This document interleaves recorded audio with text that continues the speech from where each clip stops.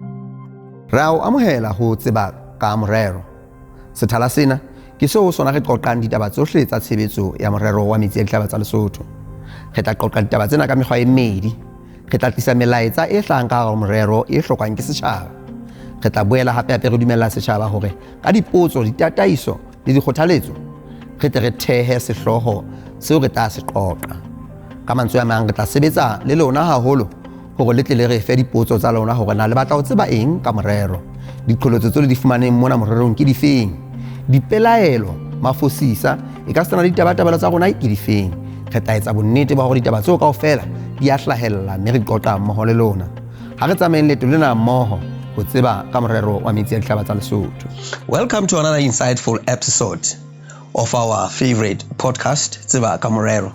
My name is Malakeng Hloma, and today we have a special guest, Tente Tente, the Chief Executive of the LHDA. Tente Tente, you are very welcome.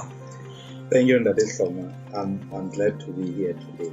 I've seen several episodes and I didn't think one of the days I'll be part of this. We've been planning this for a while. Who looked at that? Today we are speaking about all things LHDA and LHWP. So let's start with the responsibilities outlined in the treaty. Can you give our viewers an overview of how the LHWP is governed and who is responsible for what? Thank you, Ndade. Very good question. Governance of the LHDA is quite complex, and for me it is important for your viewers and the listeners to have a clear understanding of how the LHDA is governed, because normally you are used to a situation where you have the board as the only governing body that is responsible for steering the strategy of the organization. But in this particular case, we have what is called the Lesotho Highlands Water Commission, and many people struggle to make the difference between the two. Mm-hmm. So let's start right from the beginning, where we have the two countries. In the treaty, they are referred to as the parties. These are the parties to the treaty. Flowing out of that, we have what is called designated authorities. The designated authorities are the ministers of water in Lesotho and Minister of Water in South Africa.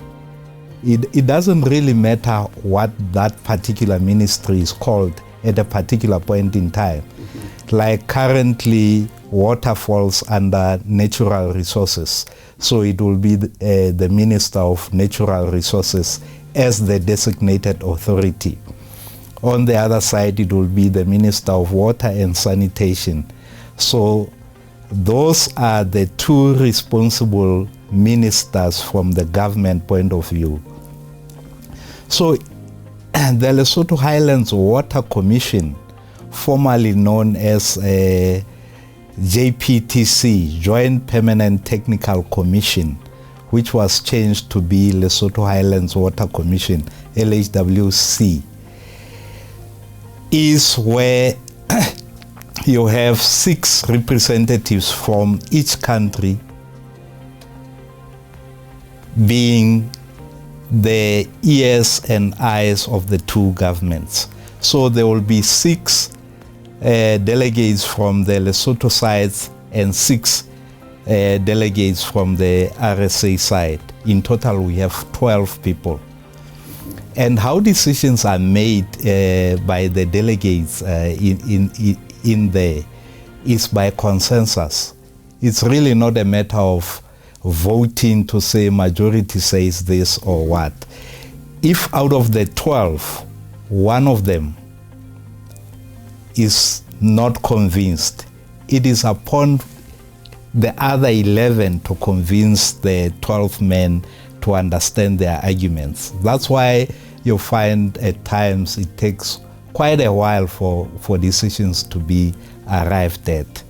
That is where the commission side. And commission is a channel of communication between the two, between the governments and the project. So they take instructions from the governments, process them, and then deliver them to the project through the board. And the board is a normal governing body as recognized by company law and the likes. So we have the board. And how is the board selected? It's quite an interesting one. The board of the LHDA is not selected with normal processes that other boards go through, or especially LHDA being an entity of the state. You find that the minister has full control over the board, how it's selected and everything else. In this particular case, for each and every portfolio within the board, there are 8 positions of the board, non-executive directors. There are 8 positions, and the other 4 positions, which will make it a total of 12, come from the executives, one of them being the chief executive. So for the non-executive directors to make it to the LHDA board, for each and every position, the minister, the designated authority in Lesotho will select, will advertise, the ministry will advertise, and the minister will make a short list of 4 people for each position. No. Yeah. We are following. For each position, there will be a short list coming from the minister of 4 people. And they will go through an interview process, interviewed by the Lesotho Highlands Water Commission. So the minister will shortlist 4 for interview by the LHWC, and the LHWC will select 1. If they don't find anybody fitting from the 4, they revert to the minister to say, give us another 4, until they find a suitable candidate to fill the position. So that's how the 4 are selected. And then the LHWC will also, amongst the 8, select the chairperson and the deputy. Once the 8 are in place, the chairperson will then recommend the other 3 executives for the commission to consider and include them into the board. Remember, I said the other 3 because the 4th is the chief executive. By merely the chief executive being there, is already an executive member of the board. So pretty much that's how the selection process and the governance of the LHDA is run. I earlier spoke about the decision-making process and other things. The board then, from governance point of view, there are certain decisions that are, in terms of the treaty or other governing instruments, are left to the LHWC to make. So there is another document that's called a governance manual. The governance manual, that's where it splits the levels of authority between the board and the LHWC. So this is why sometimes you would hear us still saying we are waiting for the LHWC to make a decision on this one. That is in the case that it's not properly covered, it's not within the delegations of the board. So could you say or share with our viewers the rationale for the multi-layered decision-making mechanism? It's a good question, Tente Hloma, and probably as we go through the engagement today, we'll get to it in more details. That's really not how the LHDA was governed in the beginning.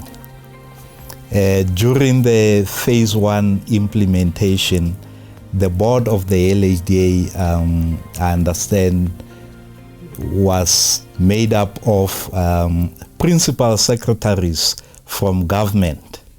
So from the relevant ministries, the principal secretaries would form part of the LHDA board. This is when now, following serious corruption that happened within the LHWP, there were certain changes made to the treaty. So this is why I said when we get to your other questions, maybe about the review of the treaty and the like, we'll come to that. And the governance of the LHDA was changed at the time.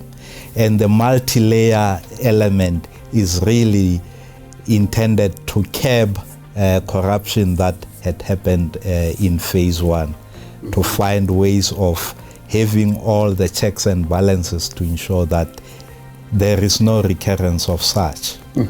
Thank you. Let's progress to the next point. The mandate of the LHD. For many, it's simply the trapping of water through dams, the transfer of this water through tunnels to South Africa, and the byproduct of that being the generation of electricity for Lesotho. What would you say is at the center of what the LHWP actually does? Or will this definition that is being bandied about be about what the LHDA does? Yeah, thank you, Tente Hloma. Many people know LHDA, what it does, or even how it does it. And probably that's where your question emanates from, where you say LHDA is known for harnessing water in the highlands, redirecting it and transferring it to South Africa, and at the same time generating power for Lesotho. Going back to the founding instruments of the LHWP, especially the treaty, if you read about the purpose of the LHWP, it's covered under Article 4. And Article 4.1 would cover what I've just said. The purpose of the project is to harness the Senqu River water, dam it up, redirect it, transfer it to RSA, use the same system for generation of power for Lesotho. There is Article 4.2 that is a twin sister or a twin brother to Article 4.1. And it starts by saying, without prejudice to paragraph 1 above, each and every government, each of the two governments, shall be allowed to use the same water for different purposes, whether it can be irrigation, whether it can be tourism, ecotourism, whatever, as long as you don't prejudice the primary function of transfer of water to RSA and generation of electricity for Lesotho at Muela, as is currently the case. So within its boundaries, Lesotho shall be allowed to use that water for several purposes. And the same should happen to RSA within its boundaries. And what this tells us is saying, now it is no longer more a joint exercise of driving those additional requirements.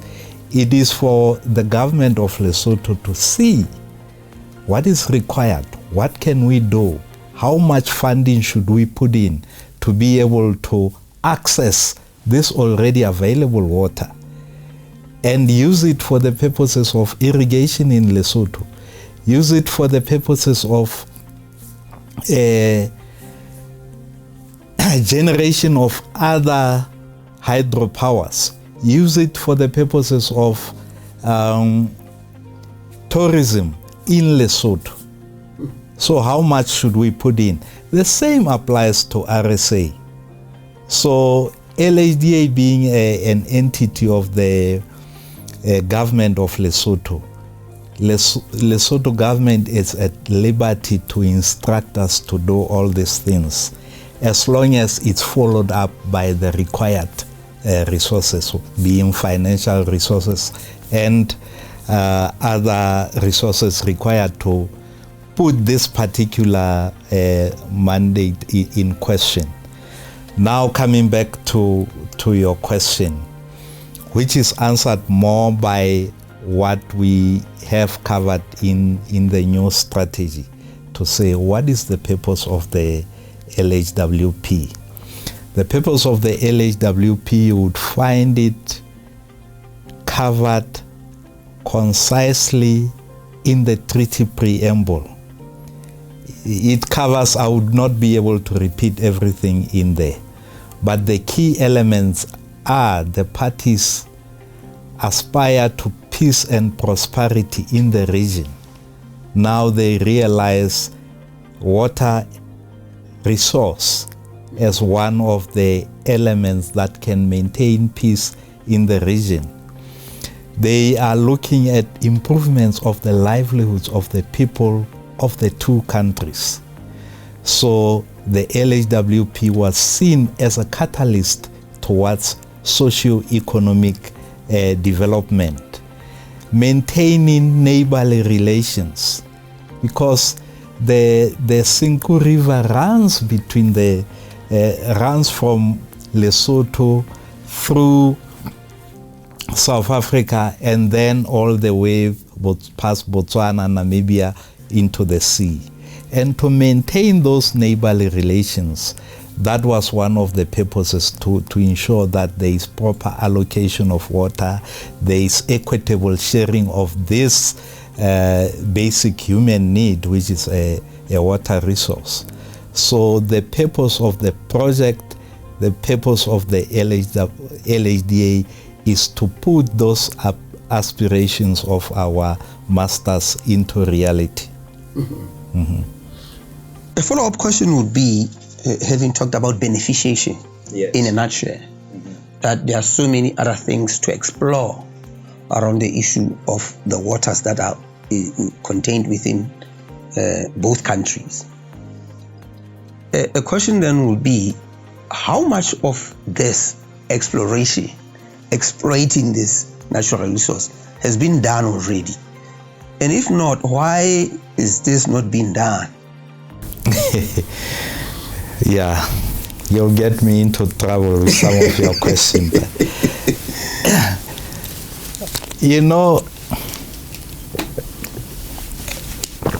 sometimes we probably are guilty of not raising the required awareness, or maybe not raising it with the people that matter or that can make the decisions. This issue of exploring water for other possibilities is something that is already happening. It's probably not happening at the scale that would be ideal, that would want to blow our trumpet about. You would find that during the time of droughts, I think this has happened for a few occasions when there was drought, even in Lesotho here, even we were beginning to experience the same in Maseru.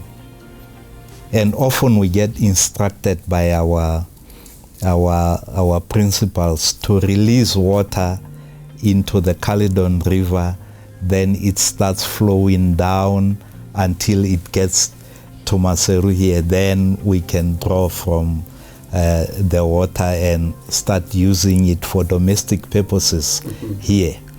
So that's one of the areas that today it has been explored. You would find that as we do that along the Caledon River, whether it passes Hlotse, whether it passes Mapuche, now people put in, the relevant authorities, WASCO, put in their pumps and start drawing the water, cleaning it up and feeding. So that's one aspect where the water has been used for domestic purposes. The other possibility that is there, if you go to the Muela arrangement, Muela Dam, where it's situated, it's within the Mwe River, the catchment of Mwe River. That catchment is not part of the LHWP. The water falling into that catchment and flowing in that river belongs to Lesotho. Now there's an agreement that let's allow this water to accumulate at 3.75 million cubic meters per annum and store it in Muela Dam. But we can't store it forever. So there's a cap. Once that volume is not, if the water is not used up, we can only store up to a maximum of 15 million cubic meters as the water that belongs to Lesotho. Now there's an opportunity of pumping that water and feeding into the greater water distribution in Lesotho. And this is where we are going with the new strategy. I'm starting to speak to the new strategy, but because I love it so much, and I can't resist. Very much okay. I'm still going to make sure that we get to that. Okay. But before that, there are some common sentiments that are being pushed around. One of them is that the treaty that we are talking about seems to favor one party over the other. More specifically, favors RSA over Lesotho. What did you say about those perceptions? Yes, but I knew you were going to arrive here. An agreement between the two parties. We cannot really say when the two parties, each of the parties was at liberty to use whatever means, devices to negotiate to the best of their abilities to have an agreement that suits or fit their needs. So that is a perception. But let's go to the heart of the matter. We've had the treaty signed since 1986, and there's a provision within the treaty for for revisions to be made, Yes. it can either be done by either of the parties. There is provision for that to be done every 12 years. But it doesn't prevent any of the parties, whenever, whether it's year 2, year 1, month 1, or whatever, to trigger to say this element is not sitting well with us or with our people.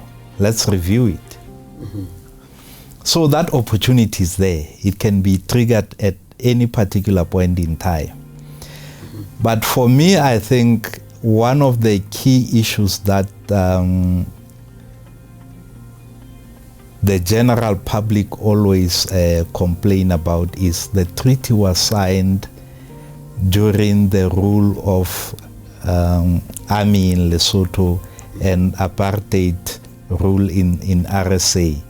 So both governments were not democratically elected, which means that the will of the people was not taken into consideration when the treaty was negotiated.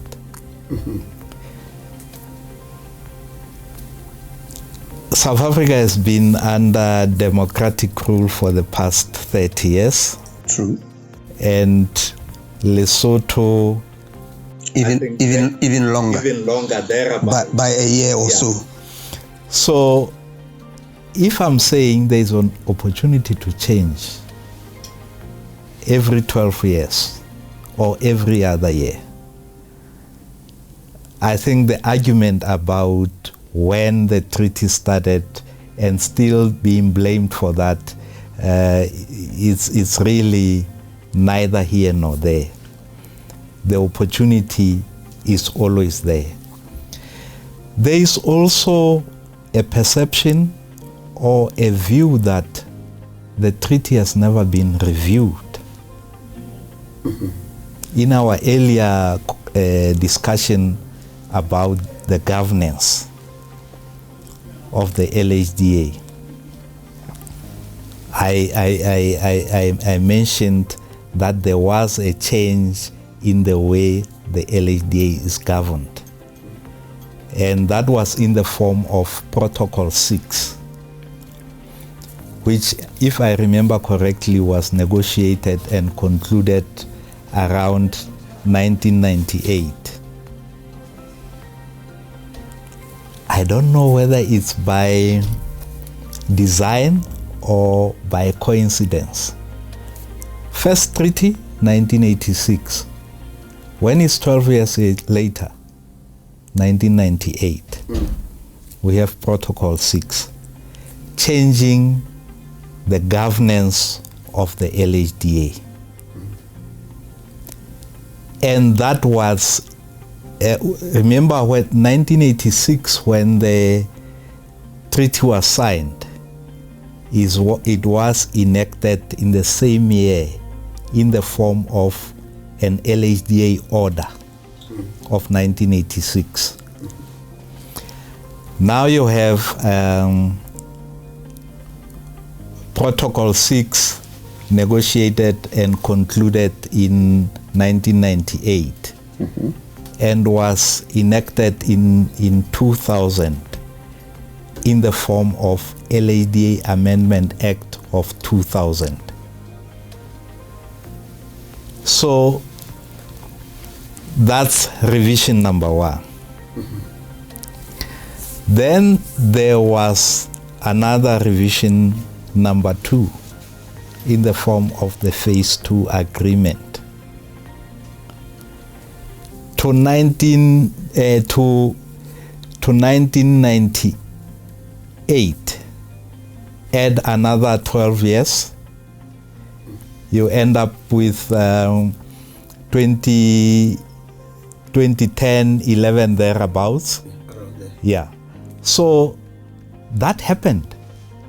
And in 2011, the Phase 2 agreement was agreed.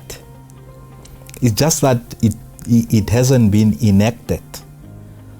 But there was a review. There are certain clauses within the treaty that have been changed by the Phase 2 agreement.